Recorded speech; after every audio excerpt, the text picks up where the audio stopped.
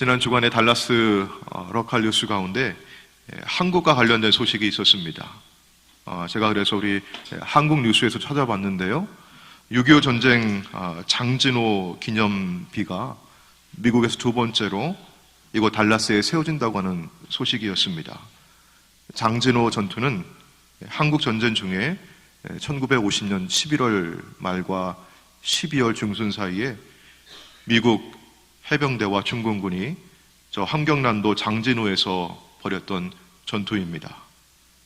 혹독한 추위와 또 인해 전술로 밀어붙이는 중공군의 포위망을 뚫고 미 해병대가 후퇴하면서 정말 많은 희생이 있었습니다.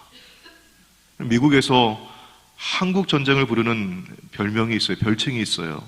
여러분 뭔지 아시죠? 잊혀진 전쟁입니다. 미국 사람들은 한국 전쟁을 별로 기억하고 싶어 하지 않습니다. Forgotten War. 여러분 그러나 이 전쟁에 참전했던 군인들과 이 전쟁에서 전우를 잃고 또 자기 몸의 일부를 잃고 혹은 사랑하는 남편, 아들, 부모를 잃은 가족들에게는 전혀 잊혀질 수 없는 전쟁입니다. 미 해병대 예비역 단체와 이곳 달라스 한인사회가 마음을 모아서 성금을 모으고 기념비를 세우는데 지난주 월요일에 그 착공식이 DFW 국립묘지에서 있었습니다. 이 기사는 한 참석자의 말을 이렇게 전합니다. 이번 기념비 건립으로 우리 후세들이 참전 용사들의 결의와 용기 그리고 영웅적 업적을 절대 잊지 않기를 바랍니다. 절대 잊지 않기를 바랍니다. 이런 말을 해요. 제가 한국에서 첫 목회했던 교회 앞에도 큰 아름다리 나무가 있었고 그 그늘 아래 6.25 전쟁 참전해서 나라를 지키다가 그 지역 출신들 가운데 전사한 분들의 넋을 기리는 작은 좀 낡은 충운탑이 있었습니다. 보통 이런 충운탑은 지방자치정부나 혹은 보훈처에서 세우고 관리를 하는데 제 마을에 있었던 그 충운탑은 1961년 5월에 전우들을 기억하는 한 개인이 사제를 털어서 작게 만들었고 별로 관리가 잘 되질 않아가지고 많이 낡아 있었어요. 제가 기억하기로는 그 탑 가운데 이런 글귀가 새겨져 있었습니다. 정확한 워딩은 아니지만 길 가는 손들이 이 나무 그늘 아래에 앉아서 잠시 쉬고 발걸음을 멈추어서 나라를 위해 몸을 바친 젊은 넋들을 잊지 말고 꼭 기억해달라고 하는 그런 글귀였습니다. 우리가 과거에 일어났던 일들을 돌아보면서 기억하고 그 일에 숨어있는 의미와 뜻을 발견하는 일은 굉장히 소중합니다. 그래서 우리는 여러 가지 기념일을 지켜요. 결혼기념일, 그리고 우리 교회에는 창립기념주일이 있고요. 그리고 우리가 기념탑을 세우고 기념비를 세우고 이렇게 여러 상징물들을 남깁니다. 우리 인간은 기억하는 인간이면서 동시에 망각하는 인간이기 때문에 그렇습니다. 정말 우리는 놀랍게 쉽게 잊어버리는 사람들입니다. 그래서 나중에 우리가 이걸 보고 기억할 만한 무언가를 남겨놓으면 참 좋습니다. 오늘 말씀 가운데도 보시면 하나님께서는 이스라엘 자손들에게 12개의 돌을 쌓아서 남기라고 말씀하셨어요. 자, 이 말씀의 배경은 이렇습니다. 이제 이스라엘 백성들이 40년 동안 광야를 유랑하다가 이제 가나안 땅을 눈앞에 두고 있어요. 요단강 강가에 서 있습니다. 근데 이때에는 이 강물이 범람을 하는 시기였어요. 물이 넘쳐나는 그런 시기입니다. 자, 이 강을 어떻게 건너갈 것인가? 이게 문제였어요. 하나님의 도우심이 아니고선 도저히 강을 건널 수가 없어요. 하나님께서는 이런 명령을 주셔요.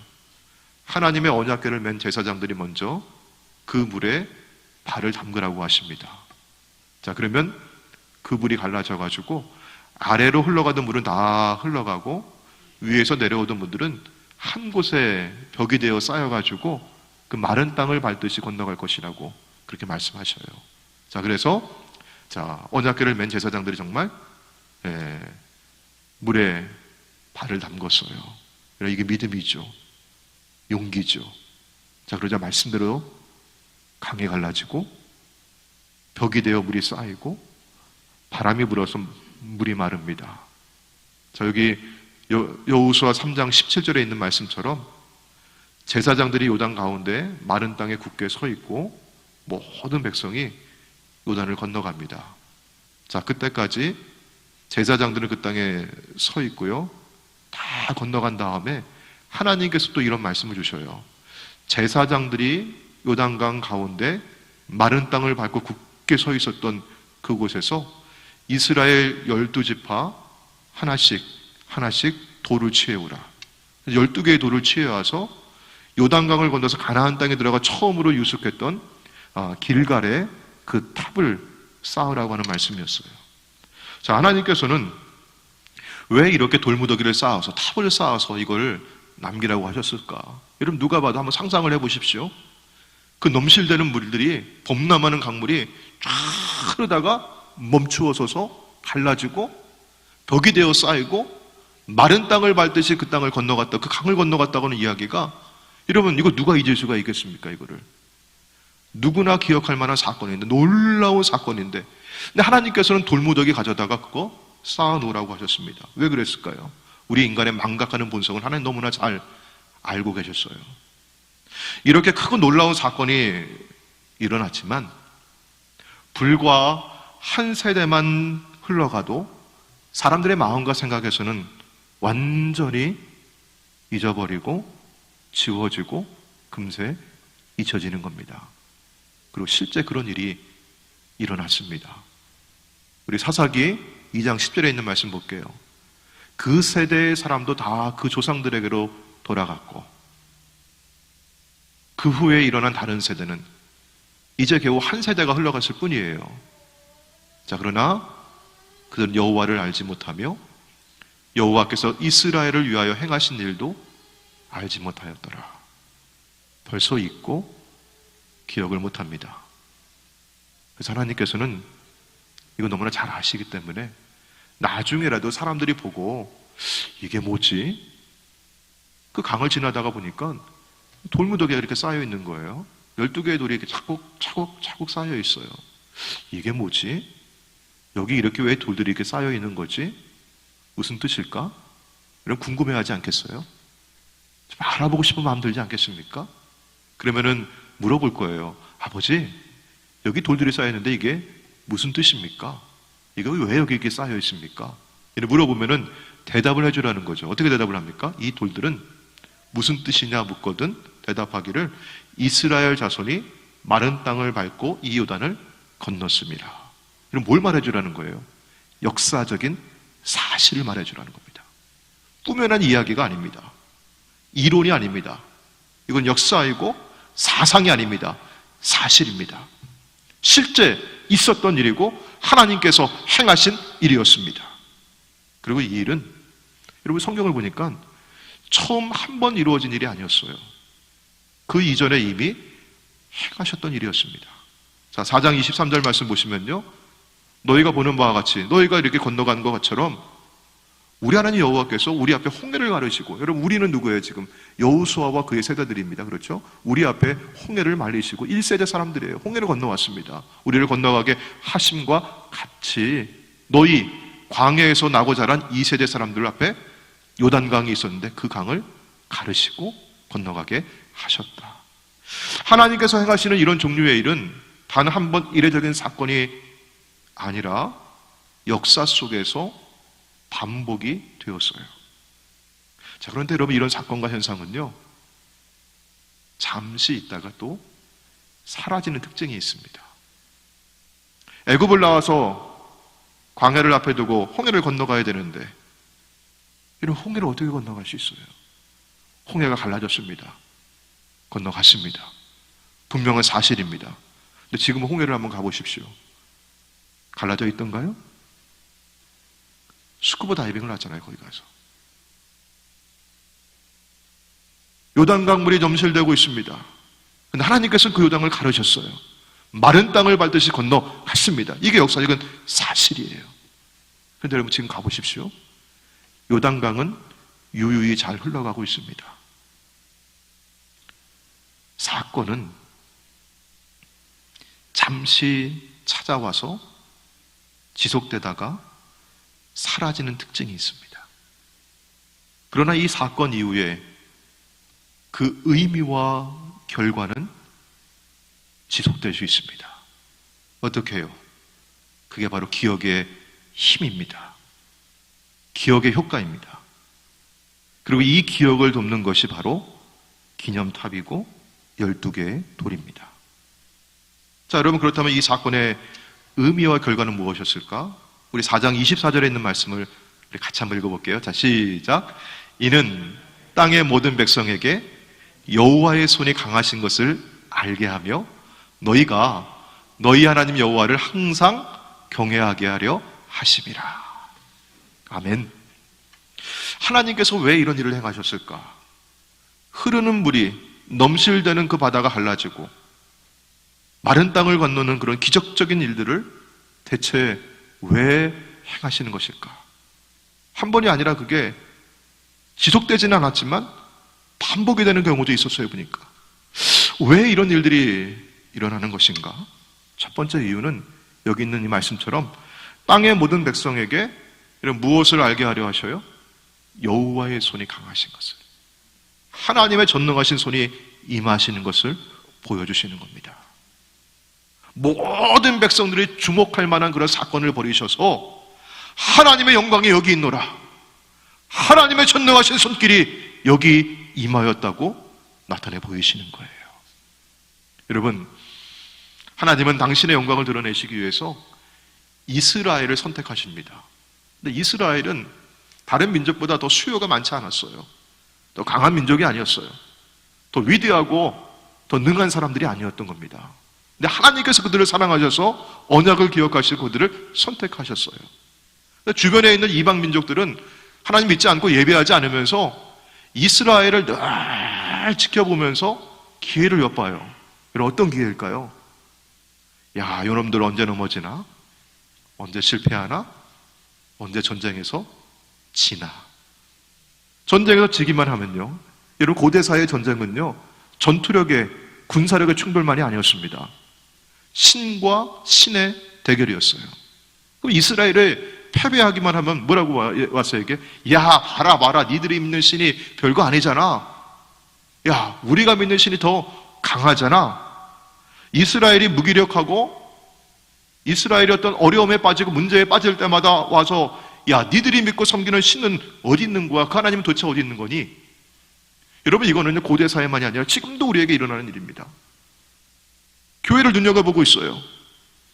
예수 믿는 사람들을 눈여겨보고 있어요. 우리가 무기력해지고 우리가 패배하고 우리가 위축되기만 하면 다가와서 얘기하는 겁니다. 하나님이 함께 하신다며, 야, 니들의 이런 꼴을 보고도 왜 가만히 있는 거지? 잠을 자고 있는 거냐? 졸고 있는 거냐? 아, 니들이 믿는 신은 그만한 힘이 없지. 그러니까 그냥 눈 감고 외면하는 거야. 이렇게 말했던 겁니다. 사랑하는 여러분, 우리 하나님은요, 살아계신 하나님이심을 믿으시길 바랍니다. 살아계신 하나님, 생생하게 살아계신 하나님. 제가 아는 선배 한 분은요, 선배 목사님은 하나님 살아계시다고 하면서 이렇게 얘기하시더라고요. 시퍼렇게 살아계신 하나님이라고. 하나님 살아계신 하나님이셔요. 역사 가운데 하나님은 하나님의 손을 나타내십니다. 이렇게 전능하신 하나님의 손이 나타나는 사건을 두고 우리는, 사람들은 뭐라고 얘기해요? 기적이라고 얘기하죠. 이런 기적적인 하나님의 행동을 나타내는 첫 번째 이유는 이 모든 백성들과 나라들로 하여금 여호와의 손이 강하시고 전능하신 것을, 하나님의 영광을 나타내 보이시기 위해서예요. 저는 하나님께서 행하시는 이런 일을 두고 저는 부흥이라고 오늘 여러분에게 소개하겠습니다. 왜냐하면 부흥의 본질은 하나님께서 우리 가운데 들어오시는 거예요. 하나님 침투하시고 하나님 역사하시고 하나님 임재하시는 겁니다. 저는 이 부흥을 간절히 기대하고 기도합니다. 그리고 웨슬리의 우리 성도님들 다 그렇게 간절히 부흥을 사모하고 기도하는 줄로 저는 믿습니다. 여러분 왜 그렇죠? 지금 우리 돌아가는 세상을 보면요, 한국은 말할 것도 없고 여기 미국도 그리고 유럽도 더 이상 우리 그리스도인들에게 안전지대가 아니잖아요. 전 미국에 벌써 10년 전의 일이네요. 2012년 중앙일보 기사에 이런 얘기가 나왔어요. 보니까요, 타임스퀘어 광장에 이런 대형 광고판들이 쭉 있는데 거기에 크리스마스 시즌에 반기독교 그런 광고가 뜨는 거예요. 거기에 또 작년 12월에 크리스천 타임스에 났던 기사입니다. 12월 10일이 세계 인권의 날인데요, 유럽에서 기독교가 그렇게 부흥했던 그 유럽에서 그럼 어때요? 혐오 범죄가 일어나는데 누굴 대상으로 하는 거예요? 누굴 타겟으로 해요? 기독교인을 대상으로 한 혐오 범죄가 1년 사이에 70%가 증가를 했다는 얘기입니다. 이런 현실을 보면서 우리는 너무나 마음이 아프고 안타까워요. 화가 나기도 하고 슬프기도 해요. 물론 그동안 우리가 믿음 생활하면서 교회와 성도들이 보여왔던 또 배타성이라고 할까요? 우리가 사회로부터 많이 고립되어 있어요. 단절되어 있어요. 연결점이 별로 없어요. 보니까 저도 참 그런 걸 많이 느꼈어요. 제가 얼마 전에 신방을 하면서도 우리 대다수 교인들이 새로 나온 주보 보면서 너무너무 자랑스러워하고 너무너무 기뻐하고 굉장히 좋아하셔요. 그런데 또 그런 아쉬움을 또 이렇게 말씀하시는 경우가 있었는데 그거에 제가 끄떡끄떡하게 되더라고요. 왜? 우리가 하고 싶은 말만 너무 많이 담아놨어요. 그러니까 주보에 교회 밖에 있는 사람이 정말 하나님을 알지 못해서 그렇게 몸부림치는 사람이 듣고 싶은 이야기는 거기 별로 없어요. 보니까 우리가 하고 싶은 얘기들만 너무 많이 담아놨더라고요. 우리가 세상을 너무나 모르는구나, 우리가 이렇게 단절되어 있구나 하는 걸 느껴요. 그리고 예수님을 믿는 사람들이 예수님답게 살지 못하는 그 모습 때문에 세상에 실망을 많이 했어요. 자, 그런데 우리가 뭘 정말 이렇게 좀 개선해 보려고, 우리가 좀 잘해 보려고 하면 할수록 그 골은 더 깊어지는 것을 또 느끼게 되고 절망하게 됩니다. 그럼 어떻게 해야 될까요? 하나님이 하셔야 합니다. 하나님께서 스스로 명예를 회복하시고 하나님의 영광과 하나님의 권능과 능력을 나타내 보이셔야 합니다. 아까 우리 24절 말씀 보시면요, 하나님의 손이 강하신 것을 뭐하게 하려 하셔요? 알게 하려 하신다고요. 알게. 몰라요. 세상이 몰라요. 세상 사람들이 몰라요. 몰라서 교회를 조롱하고 하나님의 이름을 모욕해요. 여러분 불쌍히 여겨주시길 바랍니다. 화가 나지만 슬프기도 하지만 하나님, 하지만 우리가 할 일이 별로 없어요. 하나님, 우리가 하면 할수록 더 골은 깊어져만 가요. 하나님, 어떻게 해야 좋을까요? 하나님의 손을 나타내 주시옵소서. 사랑하는 여러분, 우리 부흥을 위해서 함께 기도하기를 원합니다. 우리가 부흥을 위해서 기도해야 될 첫 번째 이유는요, 하나님의 명예가 회복되고 하나님의 영광이 나타나기를 간절히 보고자 하기 때문입니다. 하나님께서 이렇게 기적적인 일들을 행하시고 부흥을 하시고 또 그런 기념물들을 남기시는 이유가 뭘까? 두 번째는요, 우리를 위한 겁니다. 우리 아까 24절 말씀 읽어보니까요, 너희는 누구예요? 우리 누구 하신 얘기예요? 너희가 너희의 하나님 여호와를 항상 경외하게 하려 함이라. 하나님 경외하게. 하나님 어디 계시는데요? 자, 3장 10절 말씀에서 이렇게 말씀해요. 또 말하되 살아계신 하나님이 너희 가운데 계시사. 근데 우리가 이것도 잘 모르고 지내요. 살아계신 하나님이 우리 가운데 계시는데, 살아계신 하나님께서 이 교회 안에 계시는데, 살아계신 하나님께서 우리 가정에 임하여 주셨는데 우리가 이걸 잊고 지내요. 이것으로 너희가 알리라. 우리의 마음과 정신을 깨워주시는 겁니다.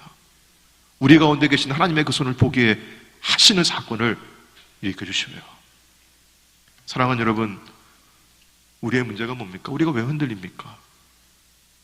매일 매순간 살아계신 하나님께서 우리 가운데 계심을 왜 우리가 잊고 지내고 있습니까? 교회가 무엇인가요? 그리스도의 몸이고 살아계신 하나님의 집입니다. 내가 너희 가운데 있겠다. 내가 너희 가운데 거하겠다. 내가 너희와 함께 하겠다. 내가 너희 가운데 행하겠다. 하나님이 이렇게 약속하시고 말씀하시고 그 말씀대로 이루어 주십니다. 우리 지난주에 요한복음 15장 말씀 함께 나누었잖아요. 내 안에 거하라. 나도 너희 안에 거하리라. 가지가 포도나무에 붙어있지 아니하면 열매를 맺을 수 없나니 너희도 내 안에 있지 아니하면 그리하리라. 여러분, 이 약속의 말씀대로 이게 살아있는 하나님의 말씀이거든요. 주님 안에 거하고 주님이 우리 안에 함께 하시는데 이 약속의 말씀이 이어지는 것이 어디예요? 그 교회입니다. 그래서 하나님은 때때로 교회에 부흥을 주셔서 이 약속을 성취하시고 나타내 보이십니다. 저는 오늘 말씀을 준비하면서 교회 역사 가운데 있었던 부흥의 사건들을 제가 몇 가지 이렇게 좀 조사를 해봤어요. 여러분, 그 인터넷에서 검색에 이제 평양 대부흥 이렇게 치시면은 평양 대부흥에 관련돼서 세계의 어떤 부흥 운동에 관련된 부흥에 관련된 그런 이야기들을 담고 있습니다. 보시면 거기 저는 뭐 김익두 목사님의 부흥 뭐 이런 것도 읽고 하면서 굉장히 많이 도전받고 했는데요. 제가 한 가지 여기 18세기 초반에 미국에서 있었던 대각성 운동이죠. 그때 있었던 부흥의 기록을 하나 제가 소개하려고 합니다. 1735년 매사추세츠 노샘프턴이라고 하는 작은 도시에서 있었던 일을 조나단 에드워즈가 기록하여 남겼습니다. 제가 천천히 한번 읽어볼게요. 여러분 잘 들어주십시오. 그리고 이런 부흥이, 이런 이야기가 사실은 도처에서 있었어요. 평양에서 있었고 원산에서 있었고요. 우리 조국 한반도 땅을 휩쓸었던 부흥의 물결이 있었습니다. 지금도 곳곳에서 있습니다. 제가 읽겠습니다. 이 역사는 곧 그 마음을 영광스럽게 바꾸어 놓았다. 그리하여 연이어 찾아온 봄과 여름에 그 마을은 말하자면 하나님의 임재로 충만해졌다. 그때처럼 사랑으로 충만하고 기쁨으로 충만하면서도 고뇌로 충만했던 적은 없었다. 거의 모든 집에 하나님이 계시다고 하는 표시가 눈에 띄게 나타났다. 각 가정마다 신자들에게 자신들에게 주신 구원으로 인해 기뻐하던 시절이었다. 부모들은 자녀들이 새로 태어난 것을 기뻐했고 남편은 아내는 남편이 새로 태어난 것을 기뻐했다. 그때는 하나님의 성소에서 그의 행하심을 볼 수 있었다. 하나님의 날에는 기쁨이 있었고 그의 성막은 평화로웠다. 그 당시 공공집회는 부흥회를 하든 이렇게 모여서 집회를 할 때 너무너무 아름다웠다.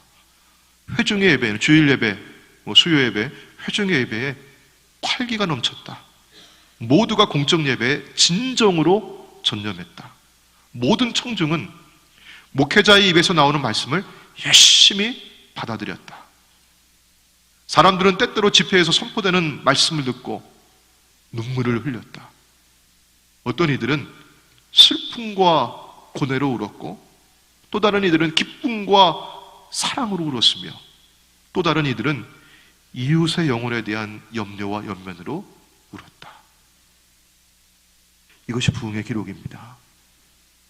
하나님께서 길갈에 12개 돌을 쌓아 남기셨듯이 우리에게는 성경의 부흥의 이야기들을 남겨놓으셨고 하나님의 손이 이렇게 나타나고 있잖아. 하나님의 권능과 능력이 이렇게 임하였다 보여주시고요. 교회 역사 가운데 우리에게 부흥의 기록들을 남겨주셨습니다. 사랑하는 여러분, 이렇게 부흥을 경험한 사람들은요, 교회 안에서 항상 오늘 있는 말씀처럼 하나님을 경외하며 예배하고 성장했습니다. 이 얼마나 아름답고 행복한 그런 즐거운 교회의 모습인가. 여러분, 우리의 이런 교회, 이런 성도, 이런 도시, 여러분 이런 부흥을 우리 함께 꿈꾸어 보기를 원합니다. 물론 부흥은 우리가 하는 일은 아니에요. 하나님 하시는 일이에요. 그럼 우리가 어떻게 해야 될까? 어떻게 하나님 우리에게 주시는 부흥 우리가 어떻게 준비할까? 어떻게 기대할 수 있을까? 부흥이 있었던 때를 돌아보면은요, 항상 한 개인이나 혹은 모임이 부담을 느끼기 시작합니다. 거룩한 부담이라고 할 수 있겠죠. 부흥은 꼭 사람이 많아서 되는 일이 아니었다고 해요. 한 사람 혹은 두 사람에게 어떤 부담이 다가와요. 어떤 한 모임과 단체에 한 교회에 부담이 밀려옵니다. 마치 이런 것 같습니다. 제가 아까 소개했던 제가 천목회했던 그 시골에 그 충원탑이 있잖아요. 작고 낡은 충원탑이 있는데 그게 1961년 5월에 이관홍이라고 하는 분이 부담을 느꼈던 거예요. 그 지역 그 마을 출신들 가운데 6.25 전쟁에 참전해 전사한 분들 12명의 군경이 있는데 전우들이 있는데 그분들이 잊혀져 가는 거예요. 그래서 그분이 자기 사자를 털어가지고 비록 작고 그래 큰 건 아니지만 충원탑을 만들어 놓았습니다. 그분에게 그런 부담이 오는 거예요. 장진호 전투, 미국 사람들은 잊고 싶은 전쟁입니다. 하지만 그 전쟁에 참전했던 예비역 해병대원들에게는 잊을 수 없는 전쟁이에요. 그걸 기억하는 이들이 그걸 모아서 한인사의 도움을 청하고 성금을 모으는 거예요. 그래서 워싱턴 DC에 하나, 그리고 여기 달라스에 두 번째 그 기념탑을 준비하는 겁니다. 한 개인에게 혹은 어떤 모임에 그런 부담감이 밀려와요. 자, 그러면 그 부담을 가지고 여러분 첫 번째가 뭐냐? 기억입니다. 하나님께서 우리가 기억하기를 원하십니다. 성경에 있는 말씀을 우리가 읽고 하나님이 행하셨던 그 부흥들 우리가 기억하기를 원하고요. 교회 역사 속에 남겨있는 기록들을 우리가 같이 읽고 기억하기를 원하십니다. 그리고 우리 교회에 임하셨던 하나님의 손길을 잊지 않기를 원하시고 우리 각자 가정과 우리 속해 있었던 부흥의 역사를 잊지 않기를 원하십니다. 그리고 그게 뭐냐면 간증입니다. 저는 우리 속회를 모일 때마다 우리가 묵상하는 그리스도인을 하고 말씀을 읽고 묵상하는 것 소중한데 그 말씀의 묵상 가운데 그 나눔 가운데 나와 함께 하셨던 하나님, 요단을 가르시고 홍해를 가르시고 내 앞에 어떤 큰 문제도 넘게 하시고 이루게 하신 하나님의 그 손을 여러분 함께 나누시길 바랍니다. 내가 간증하면요, 저 사람이 뭐 간증을 해, 여러분 그렇게 부정적인 눈으로 보지 마시고요, 그분과 함께 하셨던 하나님의 손길 나에게도 임하시기를 바라는 마음 갖고, 그리고 누군가의 이야기를 듣다 보면 내게도 함께 했던 그 하나님의 이야기가 떠오릅니다. 이 간증의 힘입니다. 이게 기억의 효과입니다. 두 번째는요, 기도하시기를 원합니다. 기억과 기도입니다. 특별히 이제 내일 모레 화요일부터 일주일간은 우리 교회 연합을 위한 기도 주간입니다. 왜냐하면 다음 주일이 에큐메니컬 선데이라고 교회 연합 주일에 기독교 연합 주일이거든요. 자, 여러분, 우리가 어떤 세상의 사상적인 편견을 가지고 다른 교회와 성도들을 우리가 판단하지 마시고요. 우리가 뭐 신학이 다르다, 우리가 뭐 전통이 다르다, 여러분 그런 거 가지고 사람 판단하고 교회를 판단하지 마시고 하나님의 나라를 이 땅 가운데 이루고자 하나님께서 부흥을 주시고자 세우신 우리 교회고 형제와 자매들이다. 우리 같이 이렇게 기도하기를 원합니다. 그래서 우리 교회와 우리 성도들에게 그런 부담이 좀 밀려왔으면 좋겠어요. 이번 주에 하나님, 우리가 이번 한 주 동안 달라스 지역에 있는 우리 한인 교회들을 위해서 우리가 같이 기도하겠습니다. 제가 알기로는 100여 개 교회가 넘게 이 지역에 있다고 알고 있는데 우리가 그 이름을 다, 교회 이름들 다 기억할 수는 없지만, 목사님들 섬기는 분들 다 기억할 수는 없지만, 우리가 이 지역에 있는 교회들, 하나님 이곳에 부흥을 주시옵소서. 이 달라스 지역에 안에 우리 한인 교회들을 사용하셔서 하나님의 손이 임하시는 것, 하나님의 손이 강하신 것 나타내 보이시옵소서. 우리 그렇게 기도하기를 원합니다. 여러분, 그 그 부담 가지시고요. 함께 기억하시고 함께 기도합시다. 하나님께서 이 땅 가운데 부흥을 주실 줄로 믿습니다.